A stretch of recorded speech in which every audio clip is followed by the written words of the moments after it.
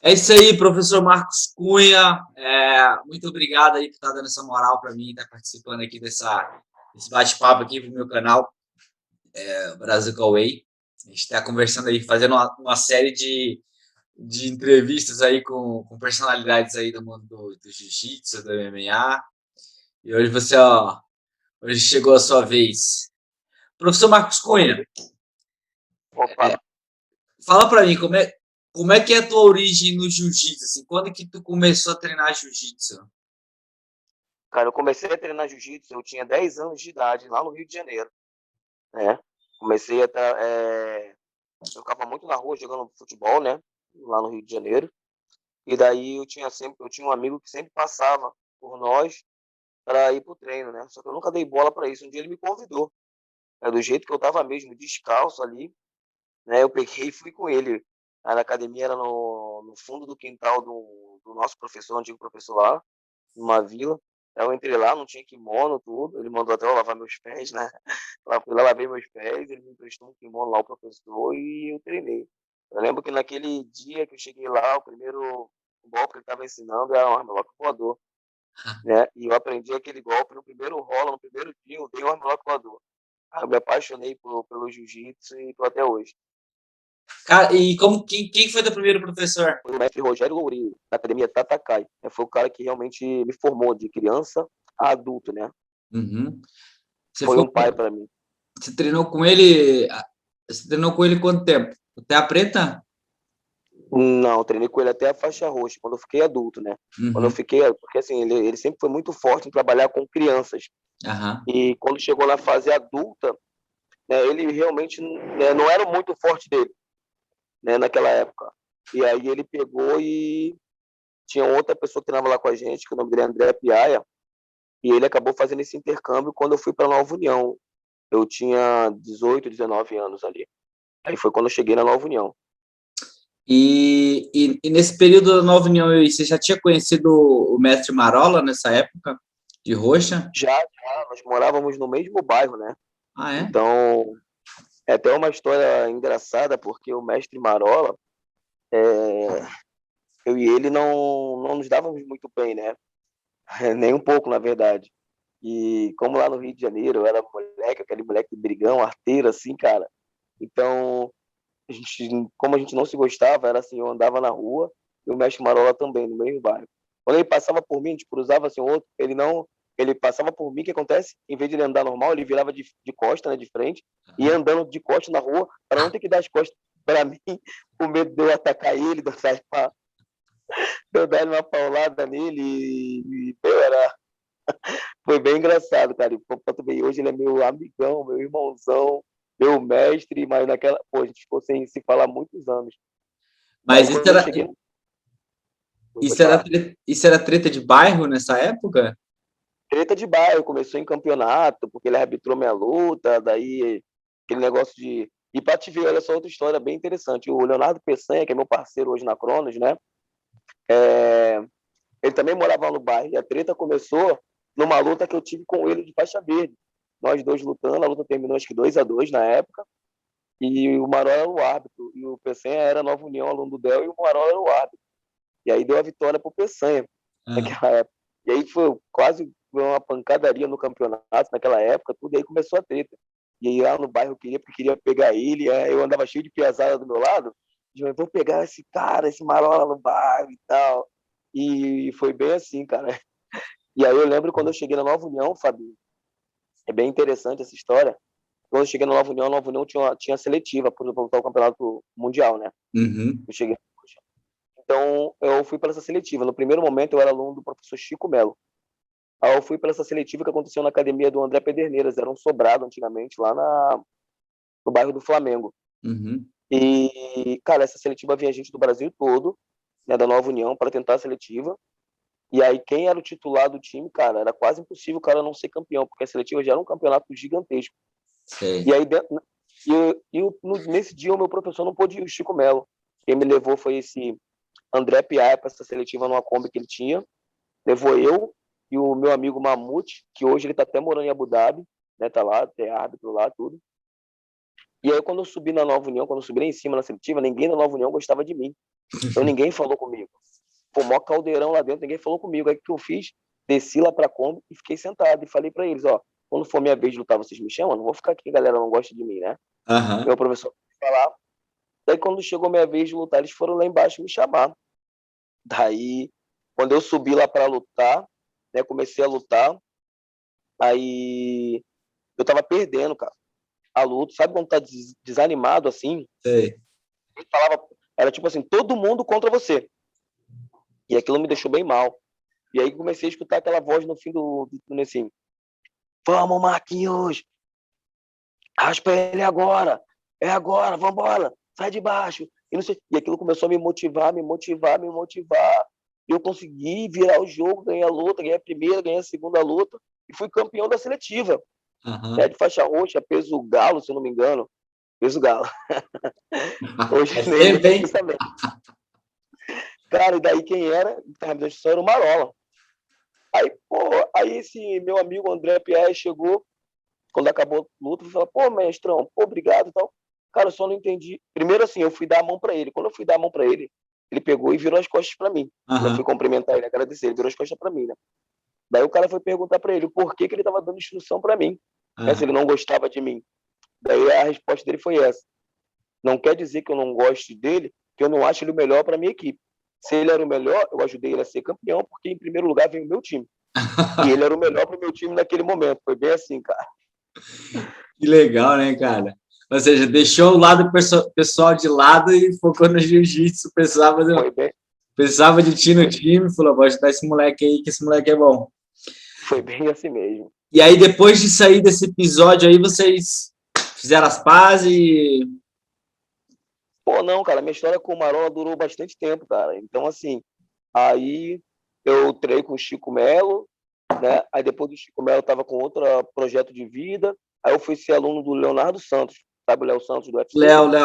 O Léo, Só o Léo é o mesmo que deu a preta pro Pelé, né? eu acho que sim, cara. Eu não me engano, eu não me lembro muito bem, não, mas eu acho que sim.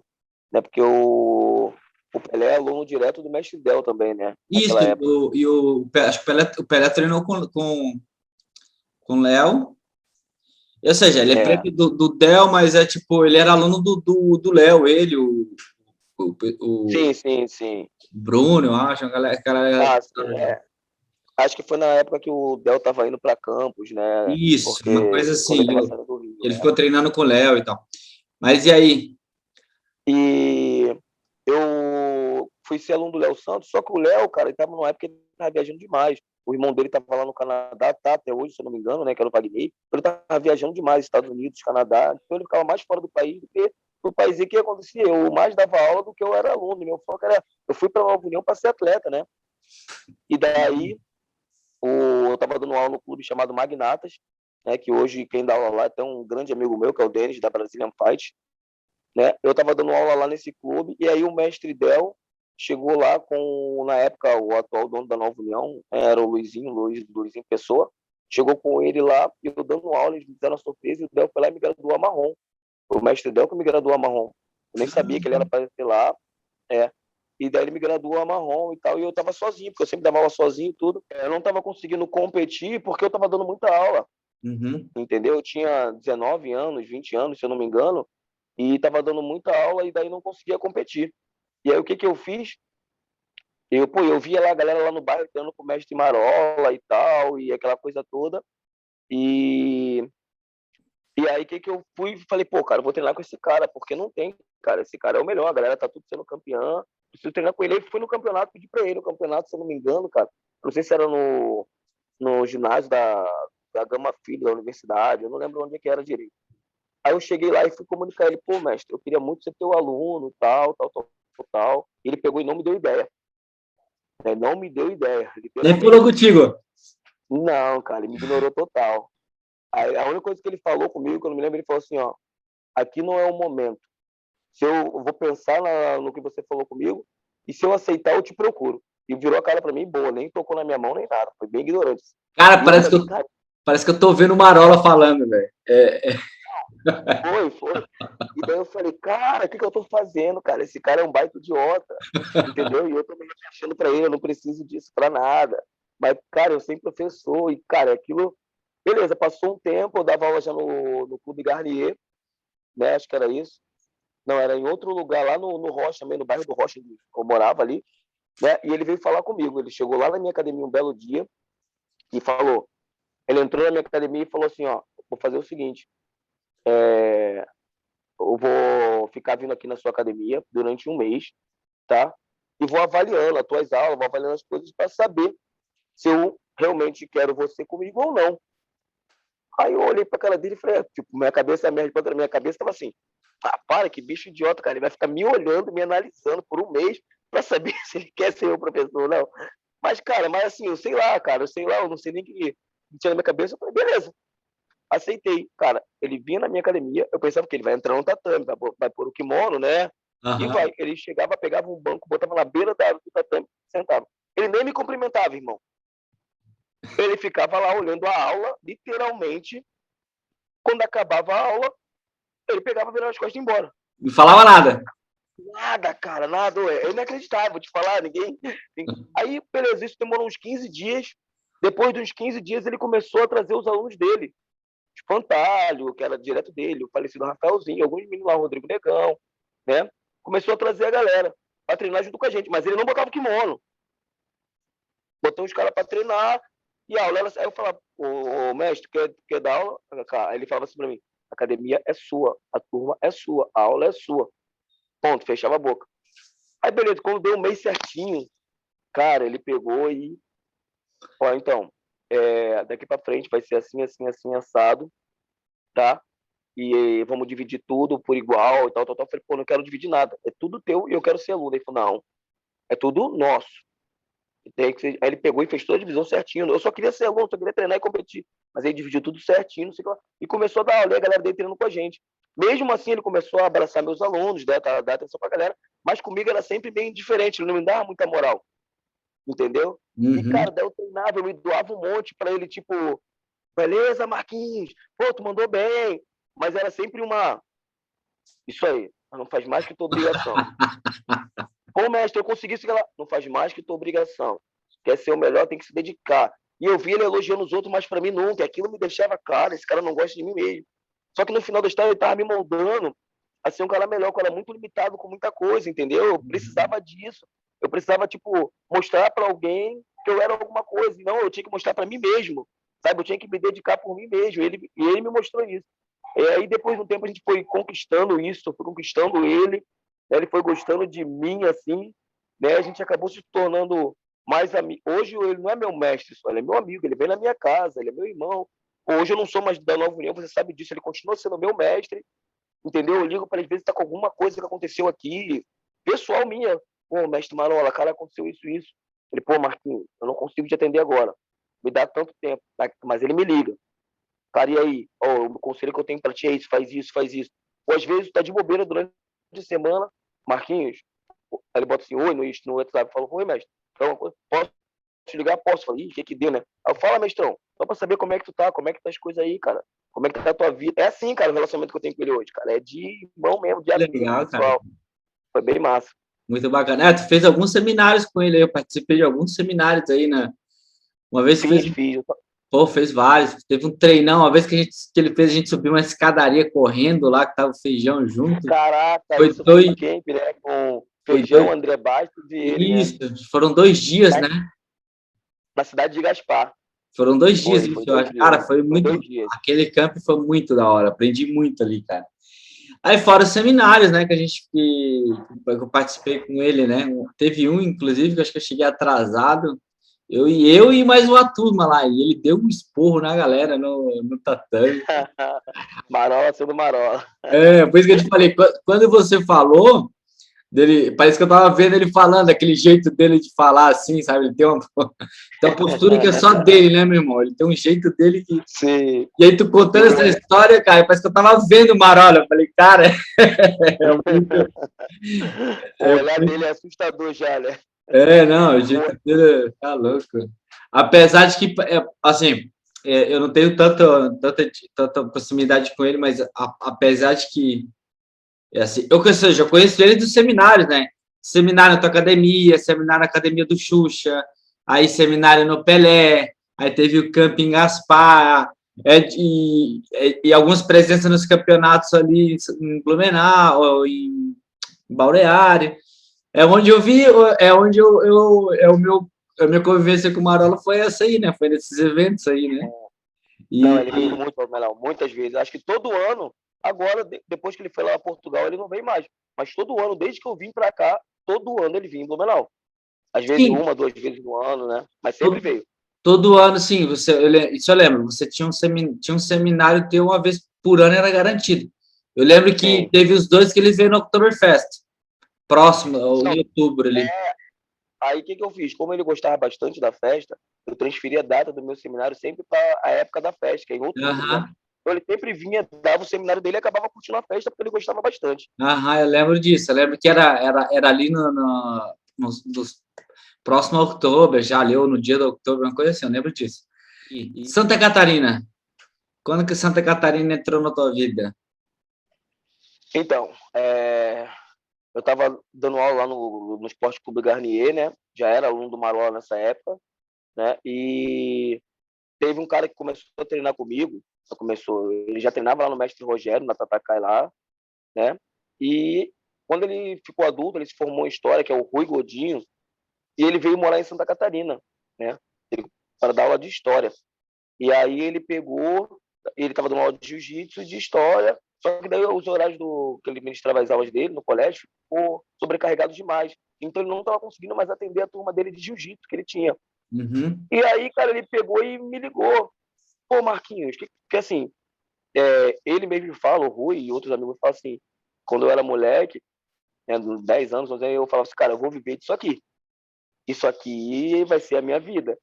E eu, cara, desde que eu comecei a fazer jiu-jitsu, eu nunca parei. Nunca tive aquele tempo assim, eu quebrei um pé e vou ficar 6 meses parado. Nunca aconteceu isso na minha vida. Tomara que não aconteça, né? Mas nunca precisei ficar parado, sabe? Eu sempre me dediquei muito ao jiu-jitsu, sempre fui apaixonado pelo jiu-jitsu. E daí ele me ligou, cara. Pô, Marquinhos, então, aconteceu isso, tu não quer vir morar pra cá? Nessa época eu já era pai, eu fui pai aos 17 anos, né? Eu estava separado, né? Estava lá no Rio de Janeiro meio dando aula de jiu-jitsu, mas a vida não estava legal, cara, tava meio largadão assim pro mundo. Mas nunca deixei de treinar, mas estava meio com a minha vida toda do avesso. Fui falar até com a minha mãe, pô, mãe, pintou essa oportunidade para ir para Santa Catarina. A minha mãe quase me expulsou do Rio de Janeiro. Tipo, ela falou, é quando? Não é hoje, não, hoje eu vou te botar no ônibus para tu ir embora. Ela não queria, porque o Rio de Janeiro sempre foi muito perigoso, né, cara? Eu até acabei perdendo um irmão na vida do crime. E aí, pô, ele foi lá no Rio de Janeiro que tinha que resolver uma coisa, ele me pegou, me deu a carona e me trouxe. Eu vim para cá, para Santa Catarina, com a minha mochila, né? E R$ 50 no bolso. Eu nunca mais esqueço disso. E aí começou minha jornada aqui. Eu morei na casa dele um mês, fui cacei um trabalho, né? Aí, pô, nem esse cara, vou te falar que eu era tão, ou assim, tão fora, né? Por morar numa selva de pedra mesmo. Quando eu vim pra cá, cara, eu não entendia nada, não sabia como era feita uma estampa de roupa, assim, ó. Eu fui trabalhar numa estamparia. Cara, eu não tinha noção. Pra minha roupa, ela já vinha pronta, tá ligado? Ela já vinha... Eu não sabia todo esse trabalho. Eu trabalhei numa estamparia, entendi como é que eu conseguia estampar. Fui trabalhar numa malharia. Caraca, isso foi... Eu aprendi demais até. E aí, essas aulas que eu comecei a dar de jiu-jitsu, cara, eu tinha 11 alunos na época. Por sinal, todos esses 11 alunos meus são faixas pretas hoje. E aí começou minha jornada naquela época. Ele não podia dar aula, ele passou a turma para mim. Eu peguei essa turma com 11 alunos, né?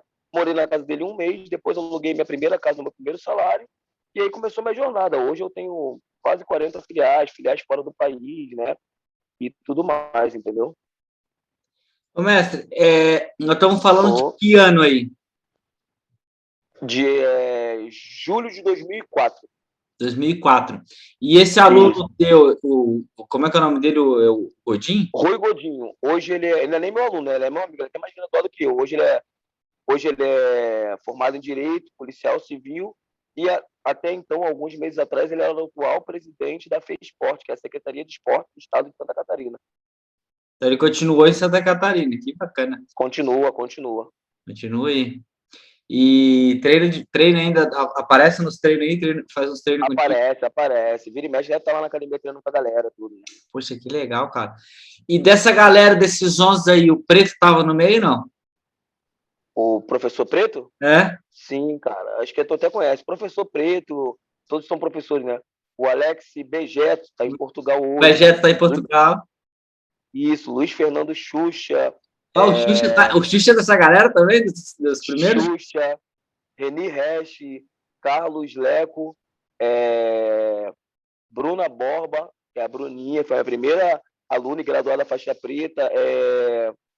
O falecido Maurício, que era o dono da loja de Speedcar, foi o cara que me manteve aqui. Tipo assim, se não fosse por ele, talvez eu teria ido embora, porque ele ajudou muito. Eu cheguei até a não ter dinheiro nem para comer uma época aqui. Esse cara foi sensacional. Infelizmente, né, ele não está mais com a gente aqui, mas esse cara chegou à faixa preta também com a gente, mais que naquela época, cara. O professor Alexandre Vieira, o alemãozinho, acho que você também conhece, e o Fernando Correia, treina comigo também até hoje, que é o sobrinho do Maurício. Cara, todos são faixas pretas hoje, cara, e eu me sinto bem. Todos são meus amigos, sabe?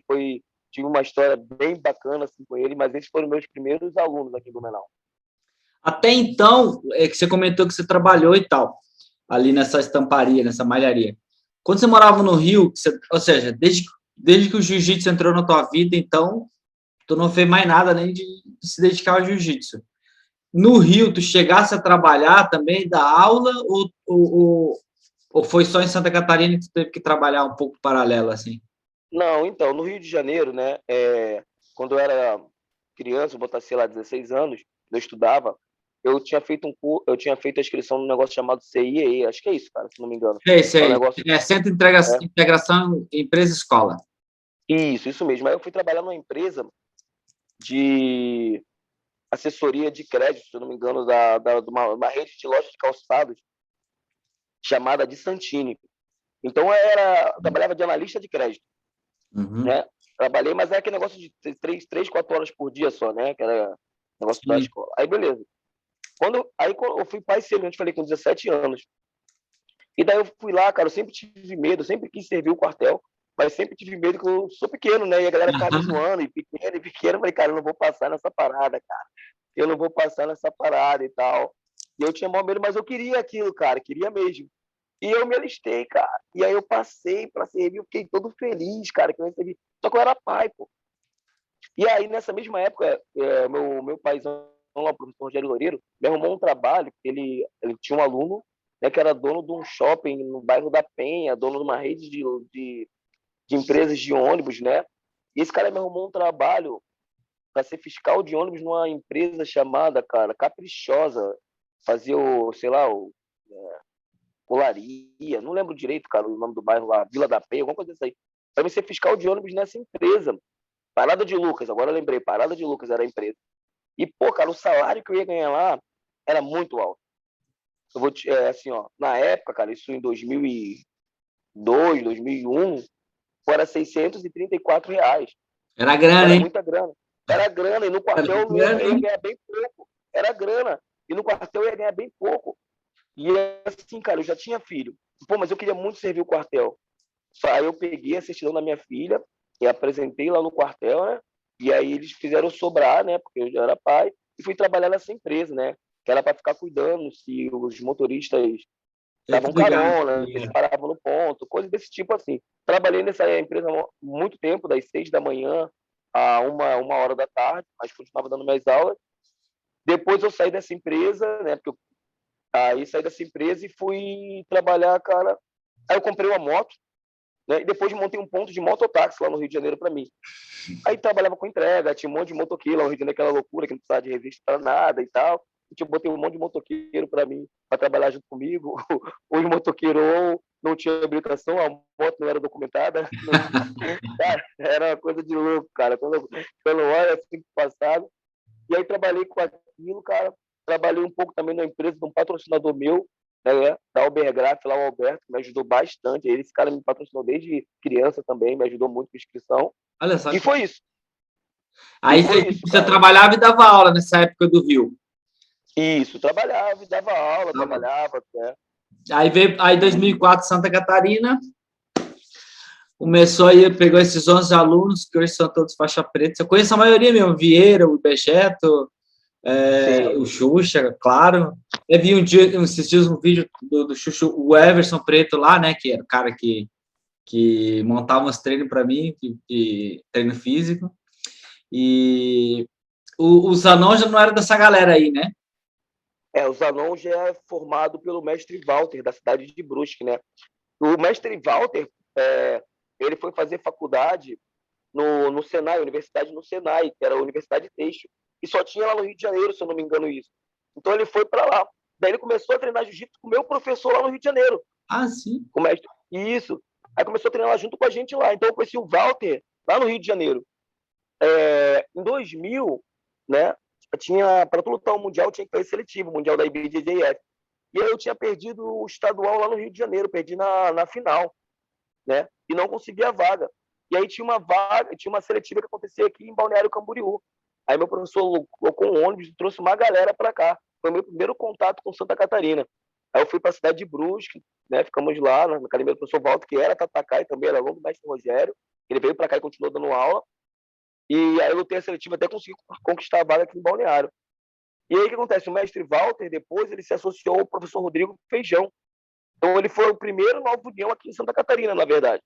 Ah, é? Não sabia disso. Isso. Aí depois que eu vim para cá, e depois que o professor Pelé veio, entendeu? Mas aí o Alisson lá, que é o Billy, né? Já é cria da associação lá do mestre Walter. Olha só que legal, cara. Então, o Walter é o primeiro, então, eu não sabia disso? Isso. Foi a primeira Nova União aqui em Santa Catarina, foi o Walter. Né? E ele é associado ao professor Rodrigo Feijão. Sim, o Feijão conheço. Feijão Isso. uma máquina. Feijão, eu quero ser igual ele quando eu tiver 40, 50 anos. Cara, Aquele cara o Feijão ele tem uma didática, ele tem uma forma de comandar que, assim, ó, eu sou fã do poder que ele tem, cara, como ele consegue tirar o cara do nada e fazer o cara se tornar tudo, sabe? Ele é incrível, assim, cara. Eu admiro muito ele. Né? Já te confesso até aqui que eu já tive um olhar diferente para ele, mas hoje, cara, eu tento tirar muita coisa do que ele traz para o meu dia a dia de trabalho, sabe? E assim, ó, às vezes eu até peço conselho para ele, cara, ele até, pô, ele me indica, ele me dá os conselhos numa boa e tal. O cara é fora do normal. Quem conhece realmente o Feijão vê que ele é sensacional, assim, cara. Ele é fantástico. Ô, professor, e o MMA? Como foi o teu contato com o MMA? E tu fez alguns eventos, né? Então, eu comecei a trabalhar com MMA, Fabinho, através do Alberto Uda, né? O Alberto Uda, ele chegou lá na minha academia, faixa branca, né? Começou a luta comigo, né? E disse para mim que começou a treinar lá, cara. Por incrível que pareça, ele sempre foi meio desengonçado. Tu conhece o Uda, né? Conheço. Grandão, não sei o que. Chegava na academia assim, cara, e uma galera chegou até pra mim e falou: sabe esse cara que tá treinando contigo aí, professor? Pô, ele é traficante, ele é isso, ele é aquilo. Eu falei: sério, cara? Pô, não acredito. Meu, ele era todo esquisitão, né? Pô, ele é, cara, ele usa droga, ele não sei o quê. Eu, pô, cara, fiquei assim e tal. Mas, cara, nunca perguntei nada, né? Fiquei na minha, tentando entender, tentando achar uma resposta para aquilo. Cara, eu até contei a história que foi engraçada também. O Uda nunca bebeu, usou droga, fuma cigarro, nada, nada. E a galera falava isso dele por causa do jeito dele de ser, cara. Nunca, ele é totalmente contra isso tudo, entendeu? Mas ele sempre na dele, esquisito. Eu teve um campeonato em Brusque, e eu botei ele pra lutar. Eu falei: vai ter um campeonato, quer lutar? Quero. Ele ficou meio assim, tal, quero. Daí eu levei ele para lutar esse campeonato de jiu-jitsu. Chegou lá, cara, ele fez umas 2 lutas, ele perdeu. Daí ele voltou para a academia e falou: nunca mais perco esse negócio. E o Uda sempre foi muito determinado, dedicado. E realmente, de ter feito. O Uda se tornou campeão mundial 3 vezes, brasileiro. E aí foi, né? Um monte de coisa. E aí, na faixa roxa, ele começou a treinar Muay Thai com o mestre Charles Prebianca, da Pega Gaspar. Da Pega Gaspar, sim. E isso começou a treinar Muay Thai e tal. E o mestre Charles arrumou uma luta para ele de MMA. Ele fazia jiu-jitsu, fazia Muay Thai, arrumou uma luta para ele de MMA na cidade de Floripa. E eu fui como convidado ver a luta do meu aluno. Não tinha nada a ver comigo. Uhum. E aí o mestre Charles, cheguei lá, o mestre Charles falou: vem ficar de coach. Eu falei: não, cara, não sei nada disso. Só entendo de jiu-jitsu. Mas é isso, pô. Tu entende de jiu-jitsu, eu entendo de Muay Thai, tu fala a parte de chão, eu faço a parte de pé. Aí eu falei: cara, só vim aqui pra ver, cara, só queria ficar sentadinho ali na torcida. Não, vamos lá junto comigo. Pô, quando eu fiquei de coach ali, cara, eu me apaixonei por aquilo, né? E aí trouxe pro meu mundo. E aí fui eu com o Mestre Charles montar uma equipe Nova União Tiger Gaspar, né? E, pô, cara, graças a Deus tivemos muito sucesso com isso.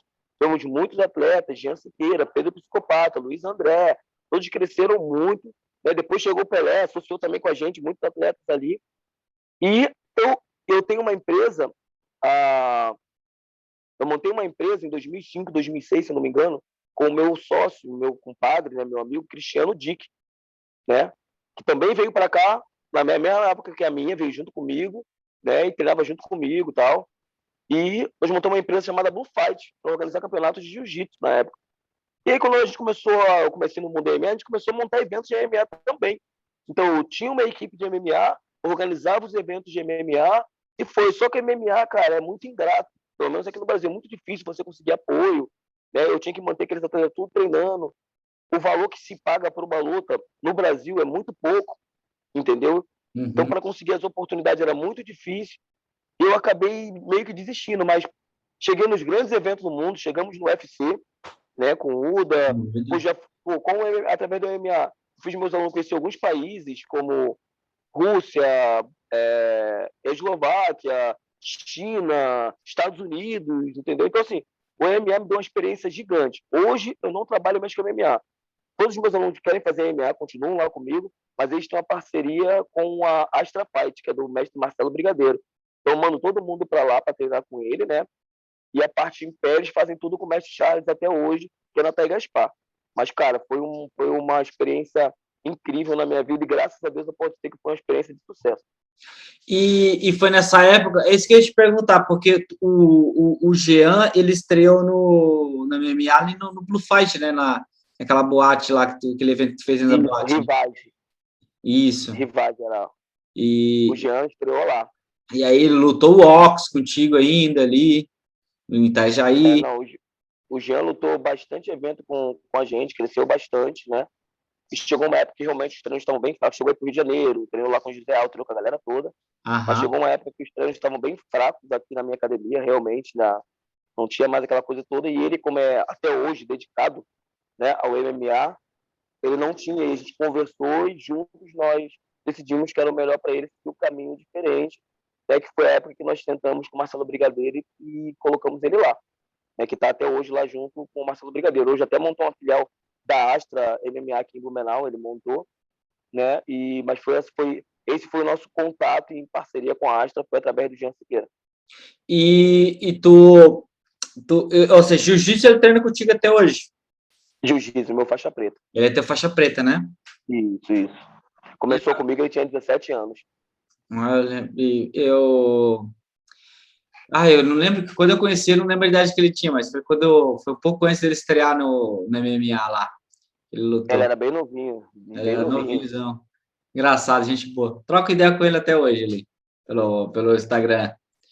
Acredito que ainda vai pintar, acredito que ainda vai chegar, acredito não, tenho certeza que vai chegar a hora dele de brilhar no evento grande, cara, ele é muito dedicado.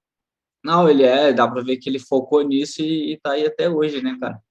Você falou do Uda, né, cara? Eu lembro do Uda, que o Uda, eu vi ele lutar um evento, eu acho que não sei se foi em Itajaí, cara, que ele finalizou com um triângulo ao contrário.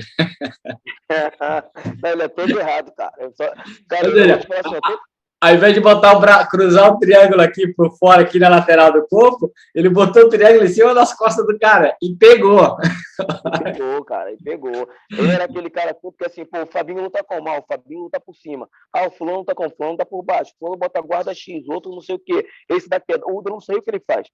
Ele Não, vai se inventando na luta, parece um povo, e vai, cara, e não sei, tá ele certo. vai, Tá certo. vai dando certo, irmão.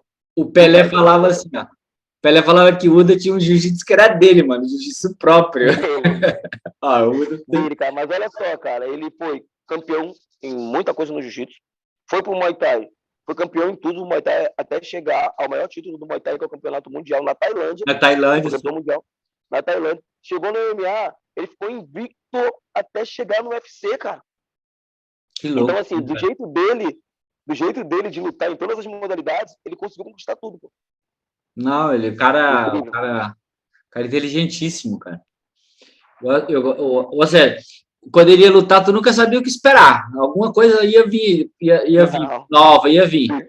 Tu olhava pro outro e falava Já assim, é que nem tu falou, tu não sabe o estilo. Falei, o que que ele vai fazer? Vai olhar, não sei. Vamos ter uma surpresa aí, vamos ver ele lutando que a gente vai se surpreender aí. cara, toda a luta dele era um teste para cardíaco, né? É, não, era. Tu achava que ele, porra, não, enfim. Mas, Ô, mestre, e daí, porra, beleza.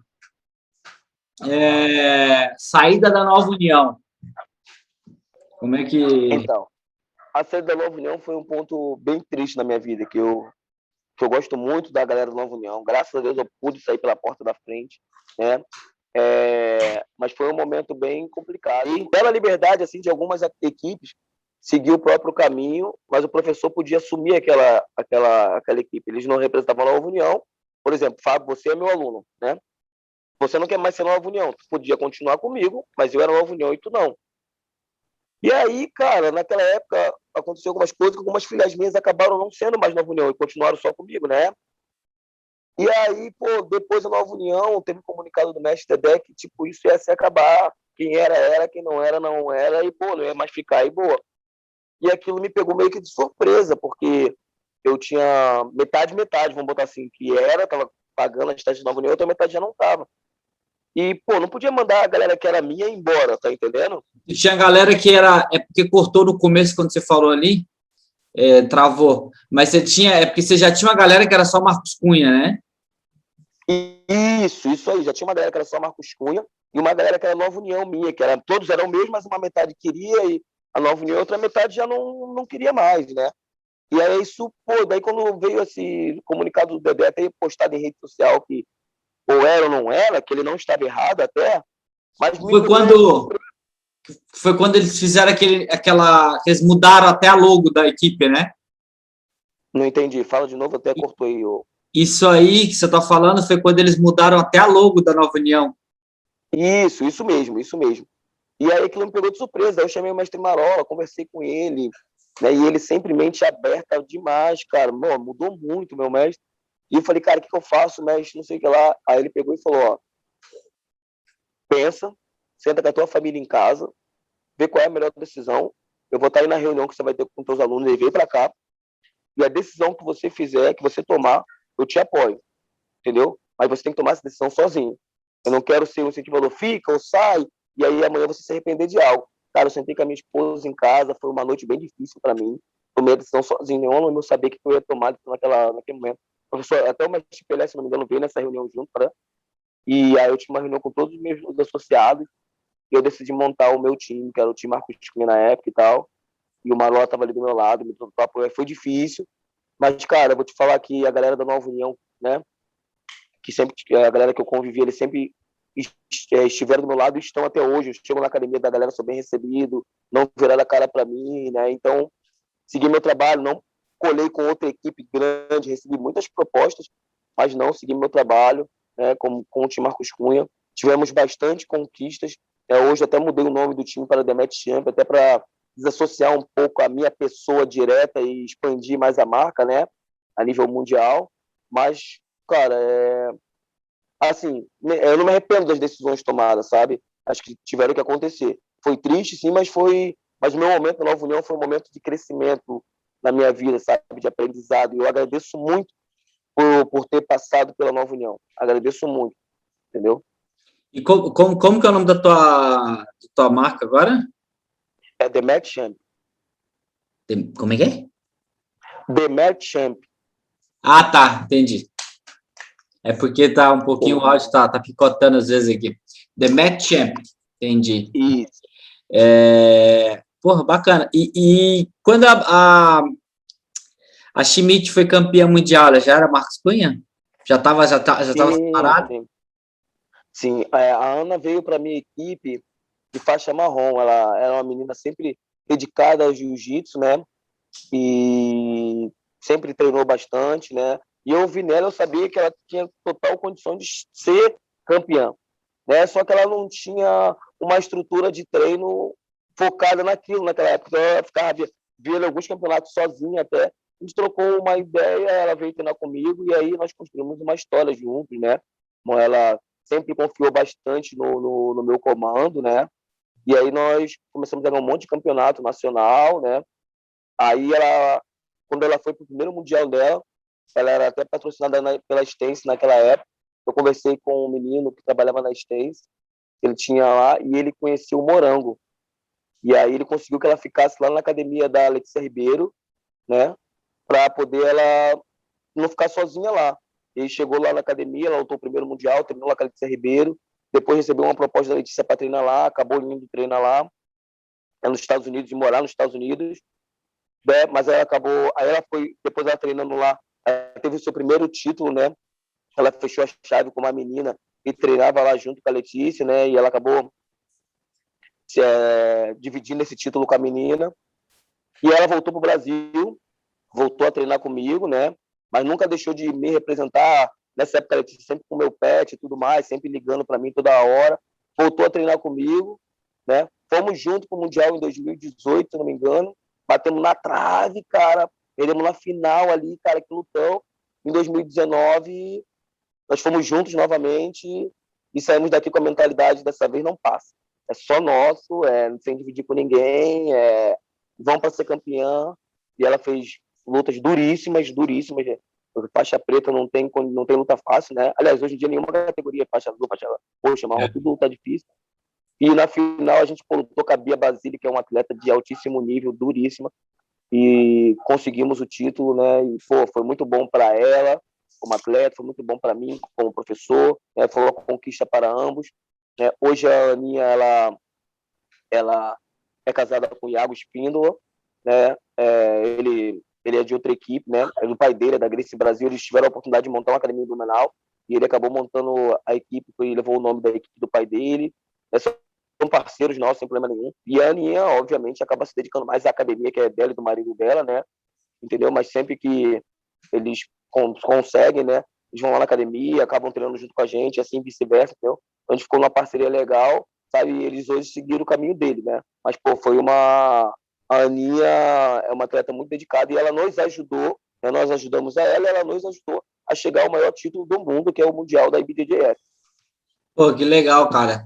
Que legal. Eu não sabia que ela tinha. Assim, eu achava na época, que hoje marido, mas na época acho que era namorado dela, achei que ele era teu aluno também. Não, não. O Iago é marido dela.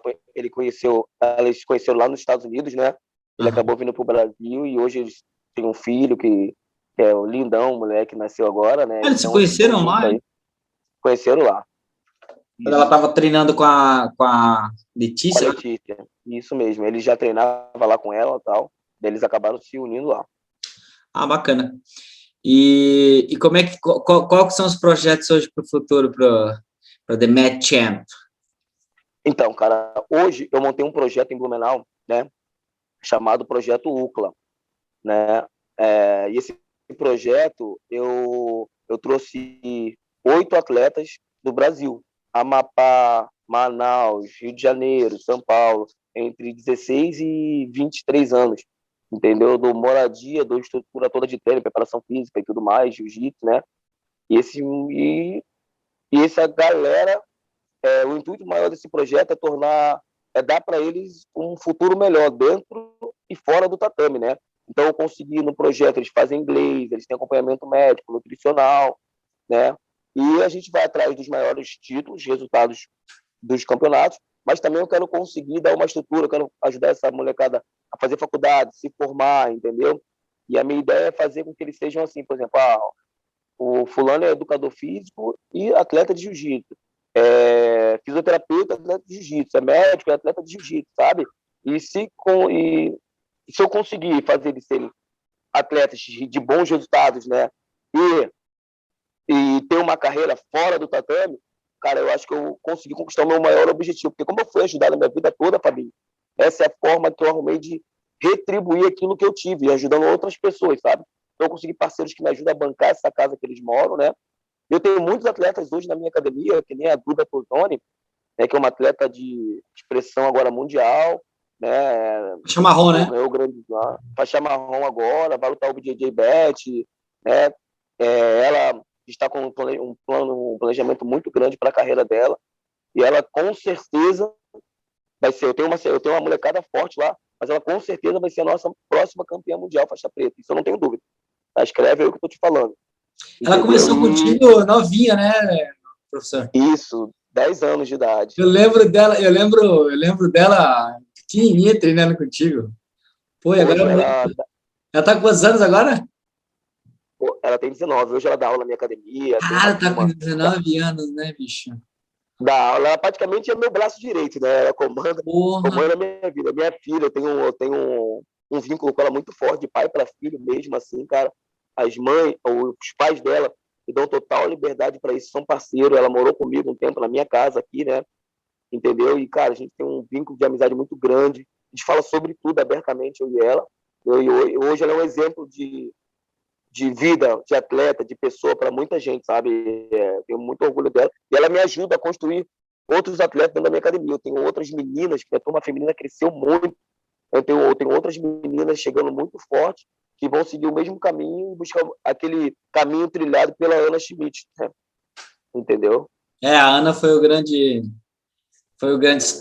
start ali, né, das mulheres ali, né, cara?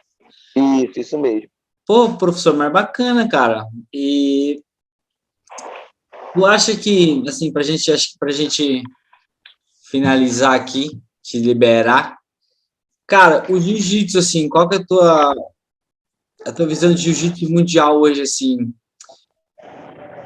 O que esperar? O esporte já tem evoluído bastante, acho que o que tu vê de diferente hoje da época que você começou e o jiu-jitsu que é hoje? O que tu acha que melhorou bastante Cara, qual que é a tua visão dessas duas épocas? Você que é um cara que já viveu diversas épocas de jiu-jitsu, né? A época que você treinava, que você começou a competir, e hoje como coach, assim, a evolução do esporte, o que mudou para ti? então, hoje, para mim, o jiu-jitsu evoluiu muito, muito, muito, muito, em todos os sentidos. Mas, assim, o principal é a parte profissional. Desculpa, Fabinho.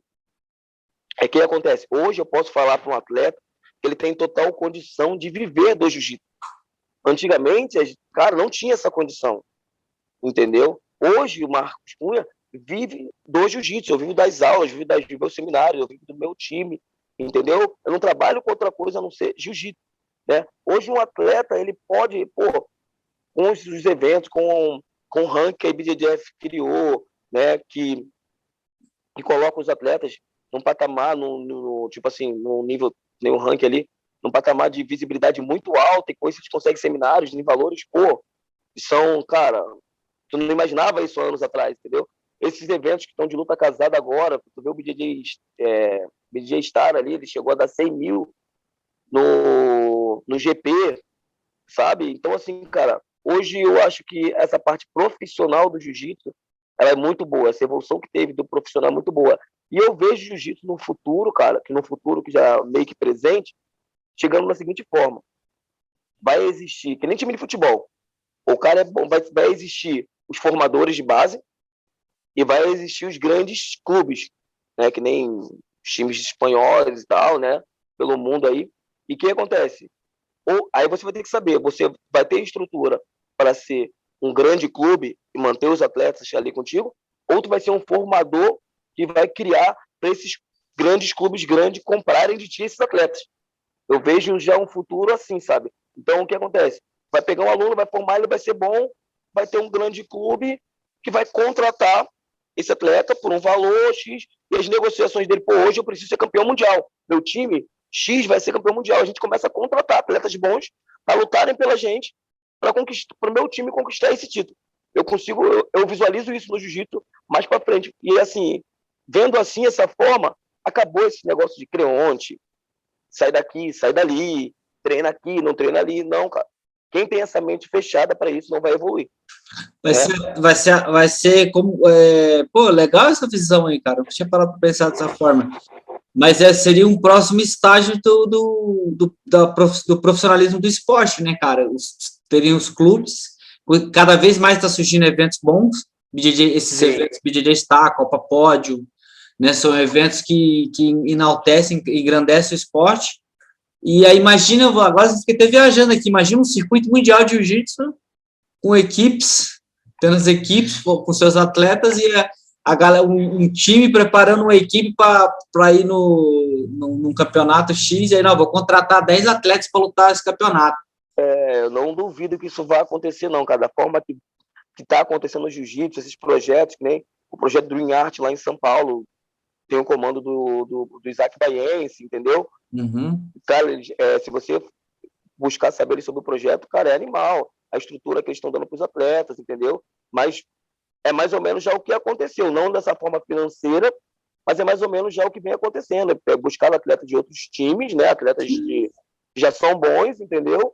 Levaram para lá, botam várias estrelas para treinarem junto, que não tem como não evoluir, né? E construir uma potência, sabe? Cara, igual o Cícero Costa ali, o Cícero Costa com os Miau ali, com aquela galera. Isso, mas eu acho que o Cícero Costa, na verdade, na época dele, ele cresceu muito, mas ele ainda era mais amador, né? Ele fez no peito e na raça, trouxe a molecada lá, pois é, hoje não. É isso que eu tô falando, tipo assim, quando você falou dessa questão, dessa estrutura, mas ele abriu, ele deu muito, o formato dele deu muita ideia para muita gente. Pô, entendeu? Cara, dele saíram muitos atletas, Leandro Lô, Miau e por aí vai. Ele foi um dos pioneiros, sim, criar a galera lá. É isso que eu tô falando. Lá, né? Aí quando você fala em criador de base, né? Hoje, se estivesse nesse nível, você vê que ele criou base para muito atleta, né? Muito atleta se criou ali. Você vê que muita gente saía de Santa Catarina, eu não lembro o nome do atleta, mas tinha gente que saía de Santa Catarina e ia treinar lá, porque lá tinha, né? Sim, acho que ficava... gente do Brasil todo para treinar lá com ele, né? Pois é. O Brasil inteiro, na verdade. Exato, por quê? Por causa desse formato do cara chegar lá e se dedicar ao jiu-jitsu e tal, treinar, digamos, né? Pô, então, tipo, hoje isso que você tá fazendo, de ter essa galera que você traz, galera de fora aí, que você... Agora você está pensando no lado cívico do negócio também, formar um cidadão, não só um atleta, né? Isso aí é muito bacana, cara. Isso aí é porque se você forma só um atleta hoje, né, e fala para ele que ele vai ser campeão mundial, tu até pode conseguir isso, vamos botar. Formei o atleta X campeão mundial. E aí?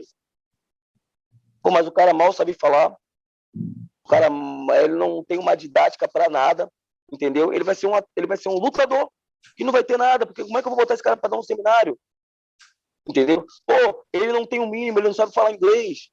Então hoje a gente tenta estruturar todo esse atleta fora do tatame, para que quando ele conquiste o objetivo dele, que talvez seja esse, campeão mundial, ele tenha toda uma estrutura, e ele não vai ser só o campeão mundial, ele vai ser o campeão mundial, cara, que sabe passar a posição, que tem uma didática boa, que fala muito bem, que se expressa muito bem, que é um cara que todo mundo, uma menina, uma pessoa que todo mundo quer seguir, né? Que ele é um exemplo fora do tatame também, entendeu?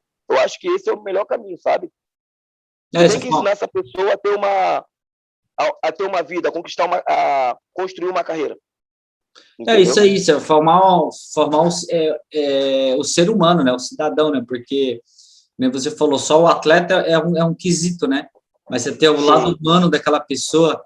Nem você falou do inglês. Hoje em dia, se você não... É o analfabetismo funcional, né? Quando você não fala mais de um idioma, porque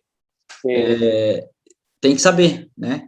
Tem que saber, no mínimo, o inglês aí, que é... Sim. Inglês, básico, né, hoje em dia, né? Inglês e espanhol. Se quiser me contratar, o inglês e espanhol aqui, o pai gasta, tá? Cara, deixa eu te fazer uma pergunta, Fabinho.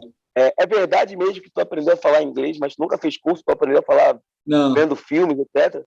Vendo filme. Verdade? Vendo filme. Vendo filme? Na verdade, isso aqui que eu falo, sabe qual foi minha... olha só, eu não sei regra, eu não sei... Eu sempre falo, eu não sou fluente.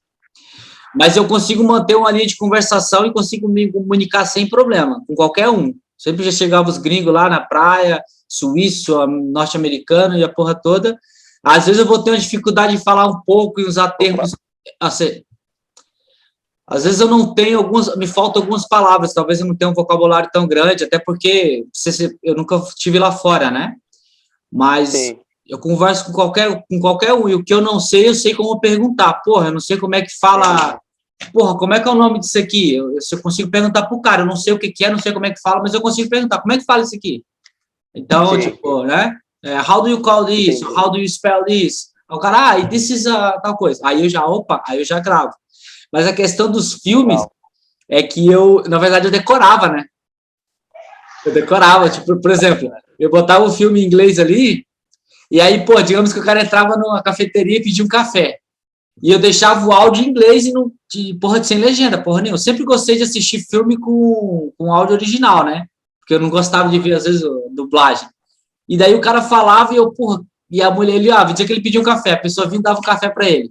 Aí eu falei, pô, como que ele falou essa parada aí? Aí eu voltava. Na época do, porra, né? Nós estamos falando do VHS ali mudando pro CD, pros DVD. Aí eu voltava. Aí eu decorava, irmão. Aí comecei brincando assim, eu decorava as falas do cara, eu ficava decorando. Depois eu colocava a legenda e eu via o que ele falou e aprendia a escrita do que ele falou. Então eu decorava um monte de frase, foi assim que eu fui aprendendo. Cara, que loucura, irmão. Eu fiquei decorando frase, entendeu? Decorando frase. Eu pegava um filme lá, meu irmão, eu vi o filme umas 14 vezes, eu decorava o filme inteiro. Entendeu? Tipo, a fala do cara, entendeu? Motherfucker! Hã? Eu escutei algumas pessoas me contando essa história, assim, não pode, cara, será mesmo? É verdade, cara. Aí eu comecei a me testar, né? Daí eu começava a me testar ali, né? Entrava em alguns fóruns de conversação em inglês e tal. Tu fala até que tu foi até, tu trabalhou, tu fez alguma coisa de tradutor, verdade? Sim, cara. Aí o que acontece? Que nem eu me testava. Então, quando eu via um gringo, quando eu via alguém falando inglês, eu chegava e me testava com o cara para ver como é que eu tava. Entendeu? E aí eu sempre aprendi alguma coisa. Aí numa dessas eu tô ali em Joinville, porra, escuto um cara com dificuldade em falar num restaurante, eu chego assim, eu entendi o que ele queria e o dono do restaurante não estava entendendo. Eu peguei e falei pro dono do restaurante, não, ele tá te pedindo a conta e tal. Aí o cara, inglês. Aí eu, a little bit. Aí o cara começou a falar comigo, o cara era pastor da igreja norte-americana que estava instalado no Brasil. Aí o cara, porra, eu preciso de ti. Aí o cara pregava, o cara pregava em inglês, o cara me pagava. O cara pregava em inglês e eu fazia toda a tradução do culto simultânea, né? Daí foi muito bacana, porque, tipo assim, aí eu aprendi um monte, cara, com isso, aprendi um monte, porque daí eu conversava com ele, tinha coisa que eu não sabia, ele me explicava. Então, tem muita coisa que por que eu não, às vezes você vai assistir um filme dublado, ou você vai ver um filme legendado em português, os caras não traduzem, os caras interpretam o que a pessoa quer dizer, porque tem muita coisa que não tem tradução, se eu aprendi depois, né? E se você traduzir ao pé da letra, não tem sentido. Não tem sentido. Então, os caras interpretam o que ele quer dizer para naquela situação do idioma X, né, cara? Então, tipo, bem bacana. Mas já que você puxou o gancho aí de outro idioma, porra, tu conseguiu... Opa, caiu aqui, pode falar.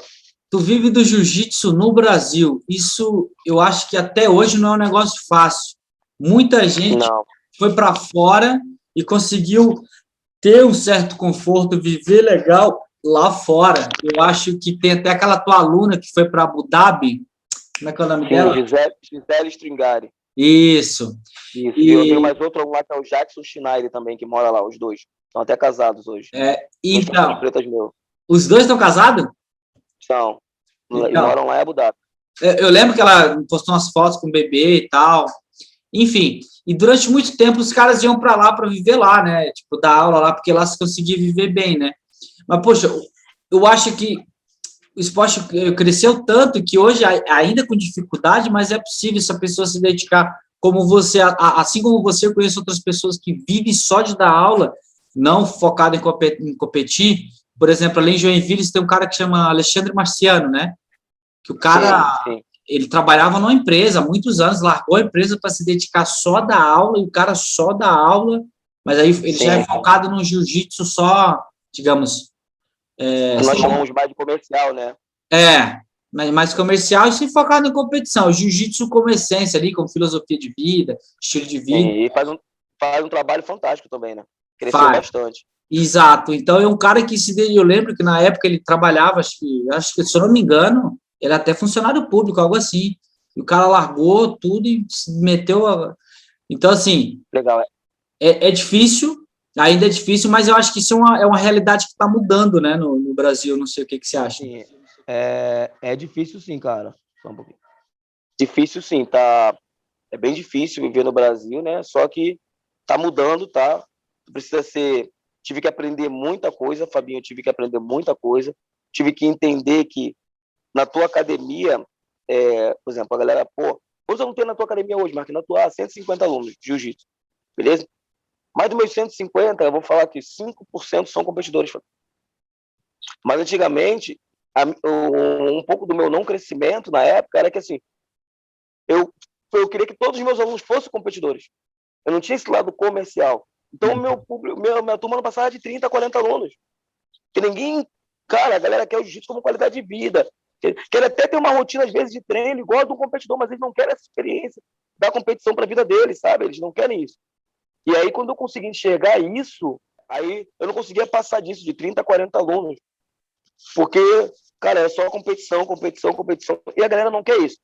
A galera quer treinar às vezes até no mesmo ritmo do atleta, quer ter o mesmo treinamento que o atleta faz, mas eles não querem competir. Quando eu consegui enxergar isso, que dar o jiu-jitsu para a galera como qualidade de vida, né, foi a hora que eu consegui crescer.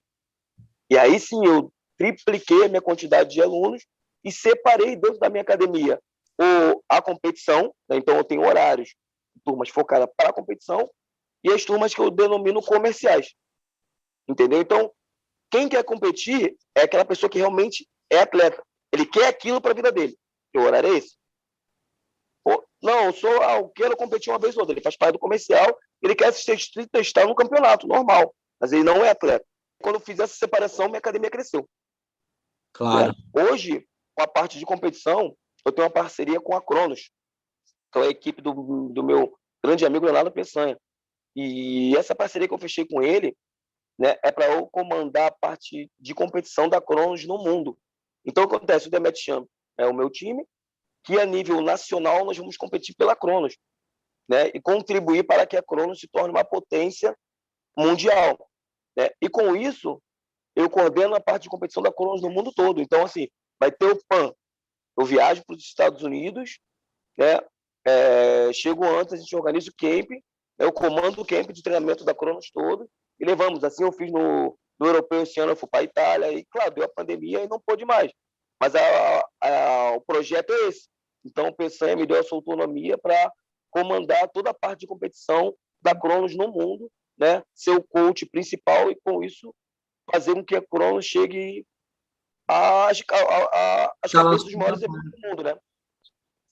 Ô, professor, na época que tu começou e hoje em dia, em relação à parte de defesa pessoal do jiu-jitsu, você ainda treina, ou pratica, ou ensina em algum núcleo dos teus alunos, ou hoje é voltado 100% de jiu-jitsu competitivo? Não, não. Na verdade, nós criamos agora um planejamento de aula, né? Que está sendo organizado pelo professor Everson Preto, né? E nesse planejamento de iniciante tudo, se nós trouxemos de volta a parte de defesa pessoal, né? Toda aquela parte realmente que envolve a história do jiu-jitsu, né? Marquinhos, né? Eu gosto muito da parte competitiva, como eu falei, eu gosto disso, eu sou apaixonado por isso. Só que na minha academia agora eu tenho alunos meus que trabalham comigo, tem o professor Diogo Bento, a própria Duda Tozoni, que seguem todo esse planejamento de aula que o time tem, né? A organização, o plano de aula, né? E com isso, para o iniciante hoje, nós estamos trazendo para ele a parte de defesa pessoal, explicando a história do jiu-jitsu, porque assim, muitas academias hoje, até na parte competitiva, se perdeu, a galera não sabe nem como é que é a história do jiu-jitsu, de onde ele veio, por que ele veio. E nós estamos trazendo isso de volta. Acredito que a maioria das escolas hoje, que tem um planejamento, estão trazendo isso para os seus alunos, sabe? Não tem como perder isso, entendeu? Essa é a essência do jiu-jitsu, né? Até a regra do jiu-jitsu, né? Ela foi criada baseada na defesa pessoal, né? Exato, então, tipo, é a essência, né, a identidade do negócio. Por isso que eu estou tendo essa preocupação também, porque, por exemplo, por causa da competição, hoje em dia muitos lugares você vai treinar, você vai fazer um treino, a galera já começa o treino sentado, não tem mais aquela parte em pé ali, aquelas defesas de saída de gravata, assim, aquela parte que o Hélio, né, mostrava muito, né? Que a parte de defesa pessoal, eu acho importante, né, você falou, você tem um planejamento dentro da academia, tem um planejamento de aula, no qual o cara passa por essa etapa aí, ó. O módulo defesa pessoal. Tem que ter esse módulo em toda a academia, porque é uma forma de manter viva a história do negócio de onde começou, entendeu? E a evolução do esporte. Mas o módulo defesa pessoal tem que ter. Tem que existir sim. Mas é isso aí, professor. Foi um bate-papo muito bacana, até levou mais tempo do que eu pensei, porque foi criando conteúdo aí, foi ficando bacana. Foi legal. Foi bacana. E, queria te agradecer pelo teu tempo, tá? Sei que você é um cara complicado, conseguir te achar aí. Queria te agradecer muito por esse bate-papo, porque, né, me ajuda bastante, assim. Eu te agradeço pela oportunidade, né, de poder contar um pouco da minha história, né? Muitos, às vezes, querem... Até, na verdade, numa caixinha de perguntas que aconteceu essa semana, uma das perguntas que eu tive foi: por que tu não faz um vídeo com a tua história do jiu-jitsu? Agora eu vou linkar o teu canal ali, ó, tá lá a história, segue lá, que tá lá a minha história aí, ó, para quem pediu aí para... Aí depois eu fiz até fiz uma enquete ali perguntando se a galera queria, e 100% responderam que queriam realmente saber da minha história. Tá aí, agora manda lá pro canal do Fabinho lá, que minha história sobre o jiu-jitsu tá toda lá, minha história de vida. É isso aí, chama o canal Brazuca Way, manda a galera se inscrever lá. Daqui a pouco eu vou lançar esse podcast lá, esse bate-papo. Beleza, mestre? Valeu, meu irmão. Muito obrigado, tá? Sucesso nos teus projetos aí, que Deus abençoe você e sua família, tá? Sua família linda. E quando possível, quando o mundo voltar ao normal aí, vamos marcar uma visita aqui na Argentina, aqui um seminário aqui. Pode deixar, eu tenho muitos amigos aí na Argentina. Em breve eu vou estar por aí e vou te visitar, meu irmão. Fica com Deus, tá bom? Se cuida aí, sucesso também no seu trabalho aí, tá? Tamo junto. Valeu, guerreiro. Amém. Abraço, professor. Tchau. Tchau.